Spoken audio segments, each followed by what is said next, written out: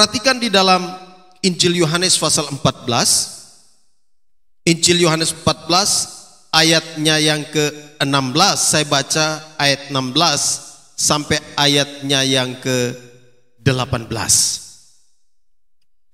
Aku akan minta kepada Bapa, dan ia akan memberikan kepadamu seorang penolong yang lain, supaya ia menyertai kamu selama-lamanya, yaitu Roh kebenaran. Dunia tidak dapat menerima dia, sebab dunia tidak melihat dia dan tidak mengenal dia. Tetapi kamu mengenal dia, sebab ia menyertai kamu dan akan diam di dalam kamu. Aku tidak akan meninggalkan kamu sebagai yatim piatu. Aku datang kembali kepadamu. Demikian firman Tuhan hari ini, saudaraku yang kekasih, seperti janji saya minggu lalu, bahwa minggu ini kita akan mengakhiri semua pembahasan tentang buah roh. Dan hari ini saya ingin menutup semua ulasan tentang buah roh itu dengan nats Yohanes 14 ayat 15 sampai ayat yang ke-26 yang tadi sudah kita baca. Dan tema hari ini ialah disertai Roh Kudus selamanya. Disertai Roh Kudus selamanya. Saudara, ketika kita bicara tentang Roh Kudus itu adalah pribadi Allah.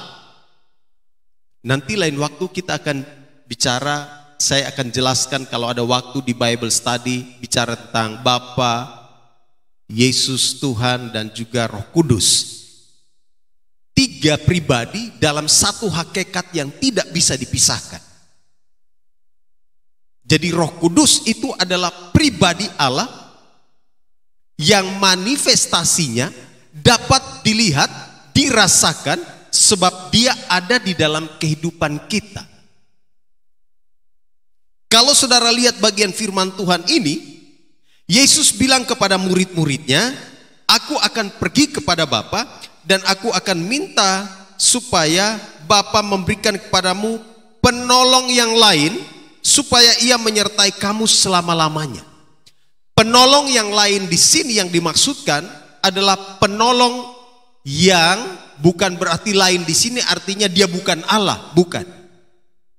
Tetapi penolong yang dimaksudkan di sini adalah pribadi Allah sendiri, dan pribadi Allah itu bicara tentang Roh Kudus, yang orang selalu bilang pribadi ketiga.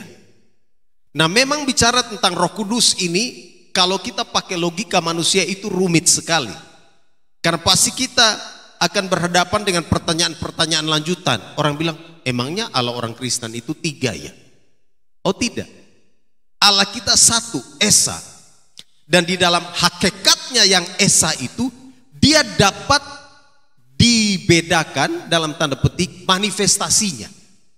Jadi dibedakan manifestasinya ialah dibedakan pekerjaan-pekerjaannya. Tetapi mereka itu satu, hakikatnya satu adanya. Itu sebabnya Tuhan Yesus bilang, aku akan pergi kepada Bapa, dan dia akan mengutus bagi kamu penolong lain. Penolong yang lain yang dimaksudkan di sini ialah Roh Kudus. Dan Roh Kudus, Alkitab katakan, supaya dia menyertai kamu selama-lamanya. Roh Kudus waktu menyertai kita, saya jelaskan perlahan-lahan supaya kita mengerti. Dia menyertai kita bukan berarti dia ada tinggal di luar, yang kemudian dia bersama-sama di luar kita, bukan. Tetapi Alkitab katakan, nanti saudara baca terus di ayat 17. Di sana dikatakan, roh itu adalah roh kebenaran, dunia tidak mengenal dia, tetapi kamu mengenal dia, sebab dia menyertai kamu dan akan diam di dalam kamu. Roh Kudus itu ada di dalam kamu, di dalam saya. Jadi jangan berpikir bahwa kita itu sendiri, jangan berpikir bahwa kita itu menghadapi masalah sendiri, jangan berpikir bahwa kita itu menghadapi berbagai macam tantangan sendiri. Alkitab katakan, dia menyertai kamu dan diam di dalam kamu. Saudara, ini doktrinnya dalam, ya. Roh Kudus menyertai kita selama-lamanya. Dia bersama-sama dengan kita selama-lamanya sampai akhir zaman. Dan dia tinggal di dalam hidup kita. Dan itu yang saya mau katakan kepada kita semua orang-orang percaya. Banyak orang Kristen yang berpikir bahwa dia itu jalan sendiri. Padahal Roh Kudus ada di dalam hidup. Ada dalam dirinya. Dan kita orang-orang percaya harus pegang teguh janji ini. Dan harus mengerti bahwa kita selalu bersama-sama dengan dia. Dia selalu bersama-sama dengan kita setiap hari. Maka dia tahu apa yang kamu lakukan di tempat kos. Dia tahu apa yang kamu pikirkan. Dia tahu apa yang kamu rasakan. Dia tahu keadaan hatimu seperti apa. Dia mengenal kita lebih dari orang terdekat kita mengenal kita.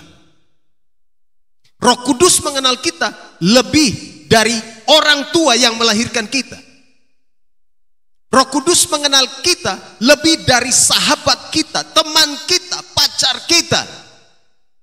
Dan kita tidak bisa menyembunyikan apapun dari dia, sebab tiap hari dia ada di dalam diri kita. Ketika engkau tidur di rumah, ketika engkau berbaring, ketika engkau berjalan, dia ada bersama-sama dengan kamu 1 kali 24 jam. Amin. Tapi pertanyaannya, saudara bercakap-cakap dengan dia atau tidak? Banyak orang Kristen punya kesalahan tuh di situ. Roh Kudus ada di dalam dirinya, ada di dalam hidupnya, bersama-sama dengan dia. Tetapi tidak ada kesempatan bagi Roh Kudus untuk mendengar kita bercakap-cakap dengan dia. Coba mulai mengembangkan gaya hidup yang berbeda. Jangan juga ada yang bilang, nanti kalau saya ngomong-ngomong begini nanti orang pikir saya orang gila. Jalan sambil ngomong sendiri. Yang gila dia, karena dia tidak ngerti. Betul enggak? Betul enggak? Kalau saudara di kamar, waktu saudara berdoa, ngomong. Dia ada di dalam hidup saudara. Sebentar saya akan jelaskan. Sehingga kita mengerti bahwa Roh Kudus itu tinggal diam di dalam hidup kita. Maka dia tahu semua, luar dalam saudara dia tahu. Dia tahu pikiran kita, dia tahu perasaan kita. Dia ikut merasakan apa yang saudara rasakan. Dia ikut melihat apa yang sedang saudara lihat. Dia tahu semuanya. Itu sebabnya Tuhan Yesus katakan, aku pergi. Lebih bagus aku pergi. Supaya apa? Aku mengirimkan bagi kamu seorang penolong yang lain. Saudara-saudara yang kekasih dalam Tuhan Yesus Kristus, perhatikan di dalam ayat-ayat itu. Ayat 26, saya lompat ke ayat 26 pembacaan tadi. Ketika kita bicara tentang disertai Roh Kudus selamanya, maka ada beberapa hal yang dilakukan Roh Kudus saat dia menyertai kita, saat dia tinggal di dalam hidup kita.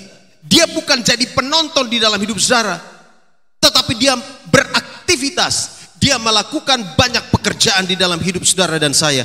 Dan ayat 26 katakan begini, tetapi penghibur, yaitu Roh Kudus yang akan diutus oleh Bapa dalam namaku, dialah yang akan mengajarkan segala sesuatu kepadamu dan akan mengingatkan kamu akan semua yang telah kukatakan kepadamu. Pertanyaannya, Roh Kudus itu sudah diutus oleh Bapa di dalam kehidupan orang percaya atau belum? Roh Kudus sudah saudara terima atau belum? Saudara sudah terima Roh Kudus belum? Kapan?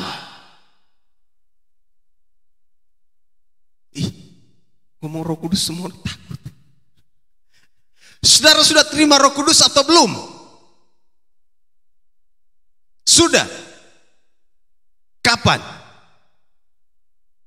Percaya Tuhan Yesus, betul. When you believe, you receive Holy Spirit.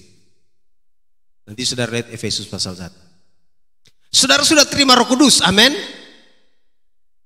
Saudara tahu dia ada setiap hari bersama dengan saudara? Saudara cuekin dia setiap hari?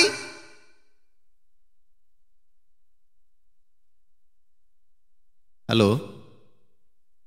Halo? Waktu saudara main Uno, Roh Kudus ada di dalam hidup saudara atau dia di luar?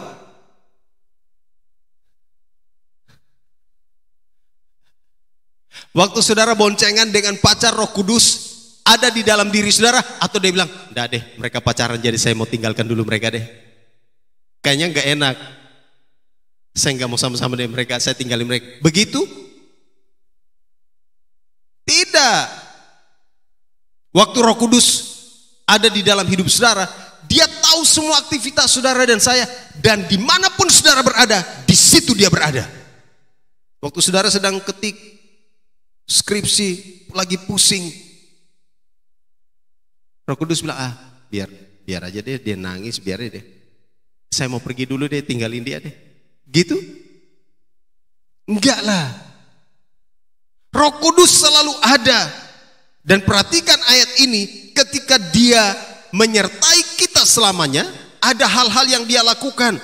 Di sana ayat 26 yang tadi saya sudah baca, dialah yang akan mengajarkan segala sesuatu kepadamu, dan akan mengingatkan kamu akan semua yang telah kukatakan kepadamu.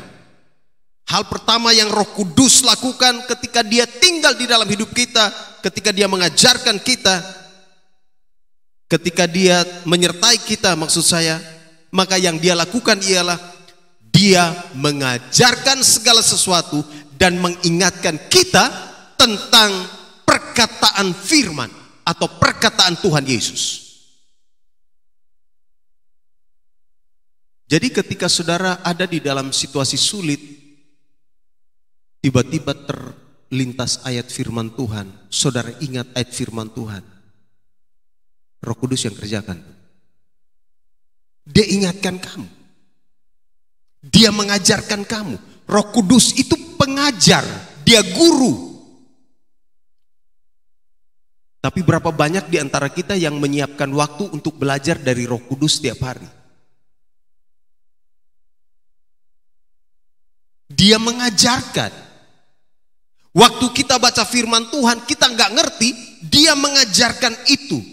Dia menjelaskannya. Maka kenapa kita harus membaca firman Tuhan setiap hari? Supaya kita akhirnya mengerti bahwa Roh Kudus akan menjelaskan hal-hal dalam firman Tuhan yang tidak kita mengerti. Roh Kudus ada di dalam hidup kita. Karena itu saudara, yang saya mau katakan begini kepada kita semua. Roh Kudus, dia mengajarkan kita tentang segala sesuatu. Saudara, ada banyak hal di dalam hidup ini yang kadang-kadang kita tidak mengerti, bukan? Betul? Ketika saudara menghadapi berbagai macam masalah dan pergumulan, bertanyalah. Tanyalah kepada Tuhan, bertanyalah, diskusilah, ngobrollah dengan Roh Kudus. Tuhan, Roh Kudus, apa maksud semua ini? Pernah enggak saudara ngobrol begitu? Dia di dalam saudara, dia ada bersama-sama dengan kita, dia tinggal di dalam hidup kita. Pernah enggak kita ngobrol? Pernah enggak kita bertanya, ini maksud semua ini apa? Kadang-kadang kita lebih memakai pikiran kita, memakai logika kita untuk menganalisis semua masalah-masalah yang sebenarnya kita nggak ngerti. Lalu kita sepertinya tidak menghiraukan Roh Kudus. Roh Kudus itu ada di dalam hidup kita untuk mengajarkan kita. Tentang apa? Tentang segala sesuatu. Karena itu saudara dan saya harus siap diajar oleh Roh Kudus. Jangan hanya siap diajar oleh dosen. Oh, kalau dosen bilang datang jam 6, saya yakin kamu tidak terlambat. Kalau dosen bilang gini, oke, saya minta kamu ketemu saya jam begini. Saya yakin kamu tidak akan terlambat. Kalau dia sudah tentukan waktu itu, kamu pasti tidak akan terlambat datang. Betul enggak? Kalau kita ada di kampus, oh jam mata kuliah ini begini, pasti kita siapkan waktu untuk itu. Tapi berapa banyak orang Kristen yang tidak siap diajar oleh Roh Kudus. Bangun pagi, gak baca Alkitab. Mau tidur malam, sudah deh tidur aja. Maka banyak orang Kristen yang kering secara rohani. Saya mau tanya dulu, Roh Kudus ada dalam hidup saudara atau tidak nih? Yang saya ngomong nih. Roh Kudus ada atau tidak? Saudara pernah dengar dia bicara atau enggak? Dia bicaranya kayak mana? Gimana cara dia bicara? Roh Kudus itu adalah pribadi. Kadang-kadang Roh Kudus bicara di dalam hati. Kalau kita udah mulai marah-marah kan, dia mulai bilang, udahlah, tenanglah. Suara yang lembut itu Roh Kudus loh. Amin. Saudara pernah dengar atau enggak? Atau ini khotbah hari ini agak aneh ini? Roh Kudus mengajarkan kita dan dia mengingatkan kita. Ketika kita mau melakukan sesuatu, dia ingatkan, jangan buat itu. Jangan, itu salah. Itu dosa. Ketika ada orang-orang menawarkan kita untuk melakukan dosa, atau ketika ada orang-orang menawarkan kita untuk ikut perbuatan mereka melakukan dosa, Roh Kudus mengingatkan, jangan kau ambil. Tapi berapa banyak kali kita yang kemudian, ini suara hati saja, tabrak saja. Padahal Roh Kudus ngomong. Itu sebabnya di dalam surat Paulus katakan, jangan kamu mendukakan Roh Kudus. Kita harus evaluasi diri. Berapa banyak kali kita mendukakan Roh Kudus padahal dia ngomong, dia ajar kita tiap hari. Berapa banyak kita yang mendukakan Roh Kudus itu bertahun-tahun padahal dia mengingatkan kita, jangan bikin itu, jangan bikin itu, jangan bikin itu. Tetapi kita terus lawan, kita terus tabrak dan kita mendukakan Roh Kudus. Jangan lupa Roh Kudus itu pribadi yang bisa berduka, bisa bersedih. Maka dia adalah pribadi. Roh Kudus mengajar kita dan mengingatkan kita. Kadang-kadang kita sudah mulai ngomongnya sudah terlalu panjang lebar. Ngomong kita sudah tinggi banget. Kadang-kadang di dalam hati Roh Kudus ingatkan, rendah hatilah, jangan terlalu ngomong tinggi-tinggi lah. Tidak mau kalah kan, biasa kalau kita cerita, orang lain cerita begini, kita juga cerita begitu. Kalau orang yang peka terhadap peringatan Roh Kudus biasa bicara di hati, udahlah, dosa terlalu diladenilah, sudahlah. Dia bicara karena Roh Kudus bicara dengan lembut, maka kadang-kadang suaranya yang lembut itu ditutupi oleh kebisingan yang ada di sekitar kita.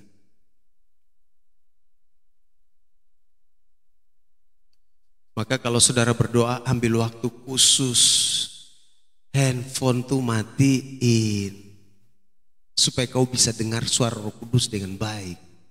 Baru mau berdoa, dalam nama Yesus, pagi ini kami tiba-tiba notifikasi putus di tengah jalan. Gimana mau mengalami sebuah perjumpaan pribadi dengan Roh Kudus?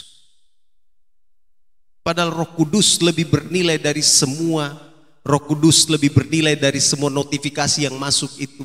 Roh Kudus lebih bernilai dari apapun itu, dan dia tinggal di dalam kehidupan kita.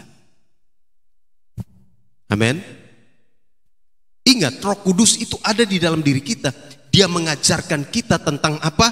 Tentang kebenaran. Nanti saudara lihat itu. Karena dia adalah roh kebenaran. Kadang-kadang kita mau melanggar sedikit, kadang-kadang kita mau melenceng sedikit, kadang-kadang kita mau menyimpang sedikit dari kebenaran. Roh Kudus ingatkan, jangan.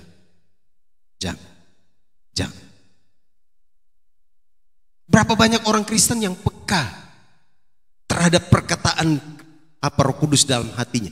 Jangan lakukan itu.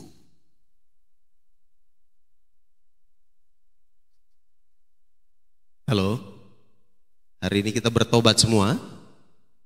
Amin. Amin. Roh Kudus ada di dalam diri kita, karena itu dia tahu apa yang kita pikirkan, dia tahu apa yang kita lakukan, dia tahu apa yang kita rasakan.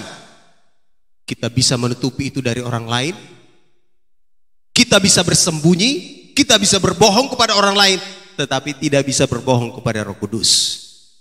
Maka ingat, waktu peristiwa Ananias dan Safira, kalau saudara lihat itu ya, di dalam Kisah Para Rasul, ketika mereka menjual tanah mereka, padahal mereka sudah janji bahwa mereka akan kasih semua kepada Tuhan, tetapi kemudian mereka menahan sebagian, lalu kemudian mereka datang kepada Rasul dan bilang, oh yang kami jual itu cuma sekian. Lalu Rasul Petrus katakan, kamu berdua membohongi Tuhan, kamu berdua membohongi Roh Kudus. Dan setelah itu mereka dua meninggal. Maksudnya begini, Roh Kudus itu tidak bisa dibohongi karena dia ada di dalam diri kita. Amin. Itu sebabnya berjalanlah dalam pimpinannya setiap hari, siap diajar dan siap belajar. Dia mengingatkan kita, saudara. Maka banyak orang yang kalau tidak mau diingatkan berarti dia mendukakan Roh Kudus. Kalau ada orang Kristen yang buat dosa setiap saat, sekalipun Roh Kudus ada dalam hidupnya, dia tidak mau berubah, tidak mau bertobat, maka orang itu sedang mendukakan Roh Kudus. Dia bukan mendukakan, dia bukan mengecewakan manusia. Maka kalau saudara, kalau kita melakukan kesalahan, jangan kita bilang, aduh saya sudah mengecewakan orang tua, saya sudah mengecewakan teman saya sudah mengecewakan sahabat saya. Oke, itu betul. Tapi jangan lupa, ada lebih lagi yang sedang kita kecewakan, yaitu Roh Kudus. Betul? Makanya kalau jalan, kalau sudah ada yang macam-macam, ingatkan diri, Roh Kudus ada di sini. Dia lihat apa yang sedang saya lakukan. Dia bukan satpam, tetapi dia Tuhan yang hidup dan menyertai kita. Dia ada di dalam diri kita. Karena itu kita harus siap untuk belajar dan diajar oleh Roh Kudus. Saudara, kenapa saya mau bicara ini? Karena seringkali ada banyak orang yang berpikir seperti yang tadi saya sudah bilang. Dia kayaknya hidup ini kayak dia berpikir dia hidup sendiri. Dia berpikir bahwa aduh, ini saya menghadapi semua masalah ini sendiri. Saya menghadapi pergumulan ini sendiri. Oh, berarti dia tidak ngerti kalau Roh Kudus ada dalam hidupnya. Roh Kudus ada. Itu sebabnya berbicaralah kepada dia. Ambil waktu yang tidak boleh diganggu oleh siapapun. Ambil waktu khusus untuk berdoa. Maka saya selalu katakan, kebanyakan orang hari ini, mereka kalau pegang handphone, di gereja juga kadang-kadang masih lihat-lihat itu status. Sementara dengar khotbah, saya lihat-lihat itu di media sosial. Sementara dengar khotbah, orang masih kirim-kirim itu, masih foto, masih kirim kemana, masih kirim. Saya lagi dengar khotbah Yohanes 16, masih kirim. Sementara ambil perjamuan, masih foto lagi itu anggur dan roti dan kirim. Wih, hari ini saya dapat berkat, padahal dia masih ada di gereja.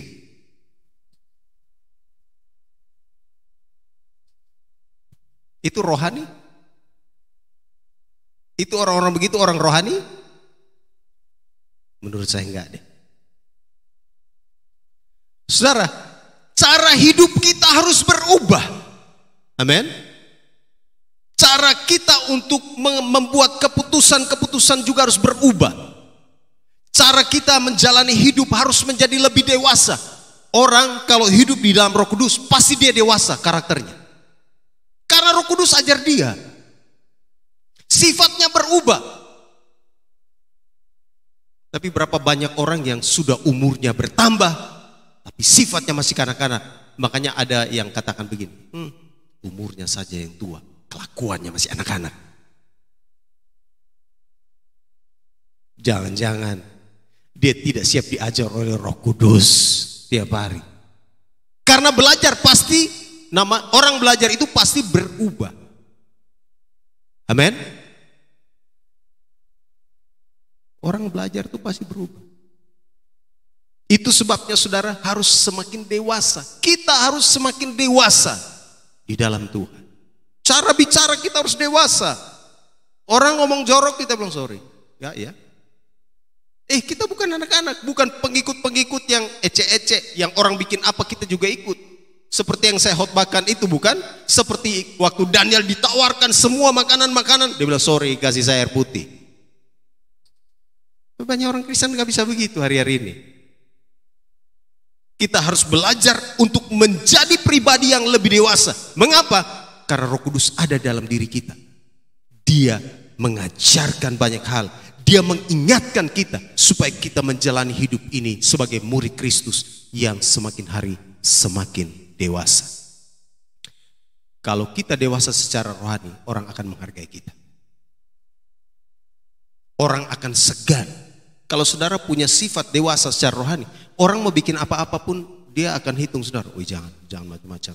Anak itu enggak kayak gitu. Karena apa? Orang melihat ada kedewasaan rohani. Itu sebabnya Yesus bilang, aku pergi kepada Bapa, aku mengutus Roh Kudus, dan dia akan mendiami, dia akan menyertai, dia akan tinggal di dalam hidupmu, dan dia akan mengajarkan kamu banyak hal. Dia akan mengingatkan kamu tentang apa yang harus kamu lakukan. Itu sebabnya hal pertama yang Roh Kudus lakukan, dia apa? Mengajarkan dan mengingatkan kita tentang banyak hal. Siapa di sini yang punya waktu untuk berdoa 30 menit? Waktu khusus yang tidak diganggu. Adakah? Saudara berdoa sendiri sampai 30 menit ada?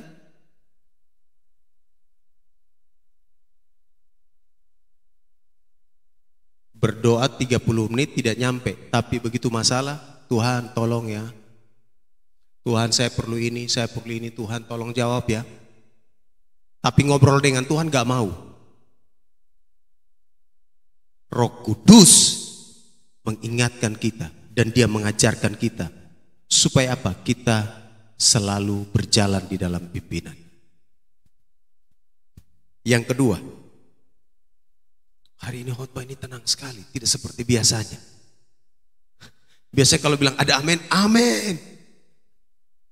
Hari ini kayaknya tenang banget. Puji Tuhan, ini masuk nih. Ini biasa kalau tenang ini masuk sampai ke dalam hati ya. Amin. Yang suka jalan-jalan kurangi jalan-jalan. Yang suka banyak kegiatan yang tidak jelas kurangi, ambil waktu doa. Kan begitu. Yang sedikit-sedikit mau pergi ke sini, pergi ke sana, pergi ke sini, tapi jam doa tidak ada, berhenti, ambil waktu untuk berdoa. Amin. Pergunakan waktu untuk hal-hal yang sifatnya produktif. Saya sudah tidak bilang saudara, oh tidak usah pakai PRJ kalau ada acara, tidak usah ke pasar lama. Oh no. Jalan saja. Tapi kalau kita jalan-jalan, waktu jalan-jalan 3-4 jam bisa, waktu berdoa 30 menit tidak bisa. Tidak imbang tuh namanya. Amin. Main Uno 2 jam. Berdoa berapa lama? Baca firman Tuhan berapa lama? Silakan main saudara. Tapi saya mau bilang gini, Roh Kudus bilang gini, untuk itu dia lakukan, itu dia bisa ya. Dia ngomong dengan saya kok gak bisa. Untuk dia duduk dengan teman-teman sampai jauh malam, sampai pagi, ketemu pagi, bisa. Tapi bilang doa, aduh ngantuk, menguap. Roh Kudus bilang, Roh Kudus lagi lihat ini.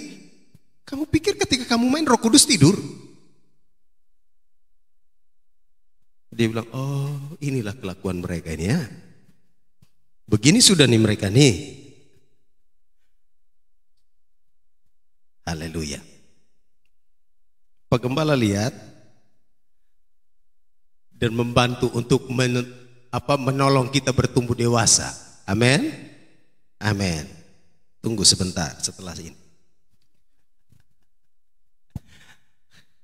Yang kedua saudara kasih perhatikan, ketika kita bicara tentang Roh Kudus menyertai kita selamanya, dia tinggal di dalam kita selamanya, itu dia bikin apa? Dia buat apa? Dia kerjakan apa? Efesus 1 ayat 13. Coba saudara lihat ayat itu. Alkitab katakan begini. Di dalam dia kamu juga, karena kamu telah mendengar firman kebenaran, yaitu Injil keselamatanmu. Di dalam dia kamu juga ketika kamu percaya, when you believe, dimeteraikan dengan Roh Kudus yang dijanjikannya itu. Apa yang Roh Kudus kerjakan ketika dia menyertai kita dan tinggal di dalam kita? Apa yang dia lakukan? Dia bukan tidak kurang kerjaan. Tapi yang dia lakukan di sini dikatakan ketika kamu percaya dimeteraikan dengan Roh Kudus. Dia tinggal di dalam hidup kita, dia ada di dalam diri kita. Dia memeteraikan, maksudnya dia mensahkan kita menjadi milik Kristus. Meterai itu, kalau saudara lihat, meterai orang selalu pakai di dalam dunia perdagangan atau transaksi atau bisnis atau apapun.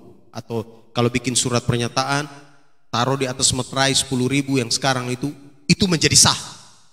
Kalau cuma tanda tangan saja, nggak ada di atas meterai, kayaknya nggak sah dan tidak sah ya. Biasanya kalau orang juga mau apa itu jual beli apa di meterai, lalu nanti datang lagi ke notaris urus segala macam, jual beli segala macam. Ada meterai. Meterai itu adalah tanda sah. Oke? Roh Kudus ada di dalam diri kita. Dia memeteraikan kita, maksudnya dia mensahkan kita bahwa yang ini itu milik Kristus, bukan milik yang lain. Ngerti maksudnya? Sehingga setiap kita yang telah menjadi milik Kristus, si jahat tidak bisa mengganggu gugat keselamatan yang sudah diberikan oleh Tuhan Yesus kepada kita. Maka Roh Kudus ada di dalam diri kita. Setiap orang yang percaya kepada Tuhan Yesus, mereka semuanya ada Roh Kudus. Jadi Roh Kudus itu bukan datang ketika saudara ikut KKR. Terima Roh Kudus, terima.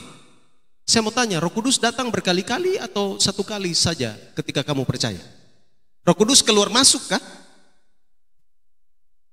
Terima Roh Kudus, terima. Terima. Ini terima berapa kali? Ya. Pernah dengar ibadah KKR seperti itu? Terima Roh Kudus. Kalau saya pergi ibadah KKR, orang bilang terima Roh Kudus. Saya bilang enggak, saya sudah terima. Ayo maju ke depan, semua harus terima Roh Kudus. Saya enggak maju. Saya sudah terima kok.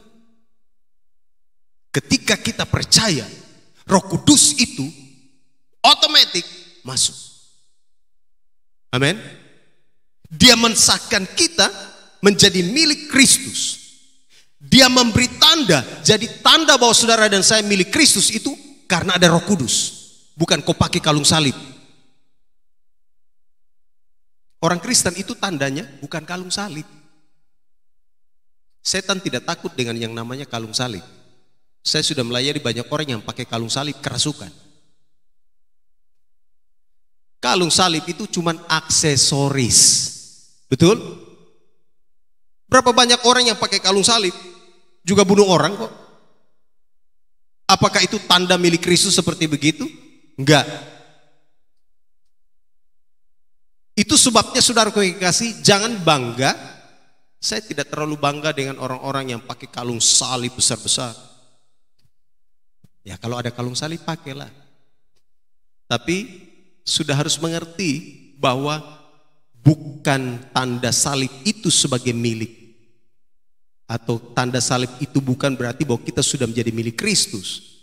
Tapi Roh Kudus yang ada di dalam diri kita, itulah tandanya bahwa kita menjadi milik Kristus. Amin. Di rumah pasang salib. Anting-anting pakai yang model salib. Kalung pakai salib, rantai di sini pakai salib, di kaki juga diinjak-injak itu salib. Ada yang pakai kalung itu kan, salib-salib kecil di sini kan. Sudah mati, taruh salib lagi. Tapi selama hidup kelakuan, tidak jelas. Saudara, saya mau katakan begini. Roh Kudus itu adalah tanda meterai yang mensegel kita, mensahkan kita bahwa setiap kita adalah milik Kristus. Maka nanti kalau kita bicara pada waktunya ketika saudara dipanggil, lalu menghadap penghakiman, lalu kemudian iblis menuduh dan lagi ini, dia milik saya. Oh enggak. Roh Kudus akan bilang begini, no, sayalah tandanya bahwa dia milik Kristus. Saya pernah bercerita kepada saudara film rohani yang bagus sekali ketika ada seorang pembunuh yang akhirnya dia harus disuntik mati karena dia membunuh banyak sekali orang. Tapi sebelum dia mati, sebelum itu ada seorang pendeta dibawa untuk melayani dia. Lalu sebelum eksekusi itu berjalan, dia sadar akan dosanya, dilayani, dia bertobat sungguh-sungguh, dia kemudian menerima Tuhan Yesus. Lalu setelah beberapa waktu dia disuntik mati. Dalam film itu, ketika dia disuntik mati, lalu kemudian jiwanya pergi. Dalam perjalanan itu, dia dibawa oleh malaikat Tuhan. Karena orang yang meninggal pasti ada malaikat Tuhan yang datang menjemput dia. Lalu dalam perjalanan itu bukan hanya ada malaikat Tuhan, tetapi di film itu ada malaikat jahat juga yang ada di situ-situ. Dan malaikat-malaikat jahat itu bilang gini, oh itu orang saya punya. Lalu malaikat jahat tunjukkan, kenapa itu saya punya? Lihat, itu selama hidup dia bunuh orang, dia bikin susah orang. Lalu karena jiwa dari orang yang mati ini dikawal oleh malaikat Tuhan, maka yang malaikat jahat itu nggak bisa bikin apa-apa. Lalu terakhir, di sesi terakhir dari film itu, malaikat yang dari Tuhan itu katakan begini, tidak, kamu lihat, memang sebelum dia bertobat, dia adalah milik kamu. Tapi kamu lihat, ada sebuah keputusan yang orang ini ambil. Ketika dia dilayani oleh seorang hamba Tuhan, dia menyesal atas dosa-dosanya. Dia bertobat sungguh-sungguh, dia terima Yesus, dan Roh Kudus adalah materainya, dan sekarang dia menjadi milik Kristus, dan kamu tidak punya hak. Lalu kemudian roh-roh jahat itu diusir oleh malaikat dari Tuhan itu. Di tahta penghakiman nanti, maka kenapa nanti saudara baca di dalam surat Paulus bahwa iblis itu mendakwa. Dia tunggu dakwaan, dia tunggu untuk mendakwa saudara dan saya ketika di hari penghakiman. Dia akan bilang begini, yang itu milik saya. Tapi Roh Kudus bilang, no, saya ada di dalam hidupnya tiap hari. Saya tahu siapa dia, saya memeteraikan dia menjadi milik Kristus. Itu yang dimaksudkan di dalam Efesus pasal 1. Jadi saya mau katakan begini, Roh Kudus punya karya untuk kita, itu luar biasa. Saudara dan saya berhutang kepada Roh Kudus tiap hari. Karena dia memeteraikan kita menjadi milik Kristus. Dia mengingatkan kita, dia menyertai kita, dia menyadarkan dosa-dosa kita. Supaya akhirnya kita tetap ada di dalam keselamatan yang Tuhan Yesus berikan. Makanya dia tinggal di dalam hidup kita, dia menyertai kita. Apa yang dia lakukan? Dia mensahkan kita. Dia menjadikan kita sebagai anak-anaknya. Dia memeteraikan kita, mencap kita, menyegel kita bahwa kita ini adalah milik Kristus. Amin. Yang ketiga, ayat 14 dari Efesus pasal 1 tadi, firman Tuhan katakan, dan Roh Kudus itu adalah jaminan bagian kita sampai kita memperoleh seluruhnya, yaitu penebusan yang menjadikan kita milik Allah untuk memuji kemuliaannya. Ini doktrin, jadi saya perlu jelaskan ini untuk kita. Roh Kudus itu adalah jaminan, garansinya bagi kita. Artinya apa, saudara? Roh Kudus tinggal di dalam diri kita, dia menyertai kita. Apa yang dia lakukan? Dia menjamin keselamatan kita seutuhnya. Saya mau tanya, saudara yakin saudara masuk surga? Saudara yakin saudara masuk surga? Saudara yakin? Yakin enggak? Saudara punya jawaban ini menakutkan saya hari ini. Saudara yakin masuk surga? Apa yang membuat saudara yakin?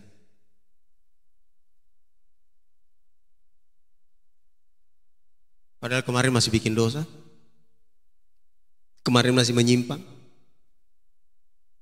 kemarin masih bengkok-bengkok, kemarin lurusnya, orang lurus begini, lurusnya begini. Apa yang menjadi keyakinan saudara bahwa saudara pasti akan masuk di dalam surga? Apa yang membuat saudara yakin?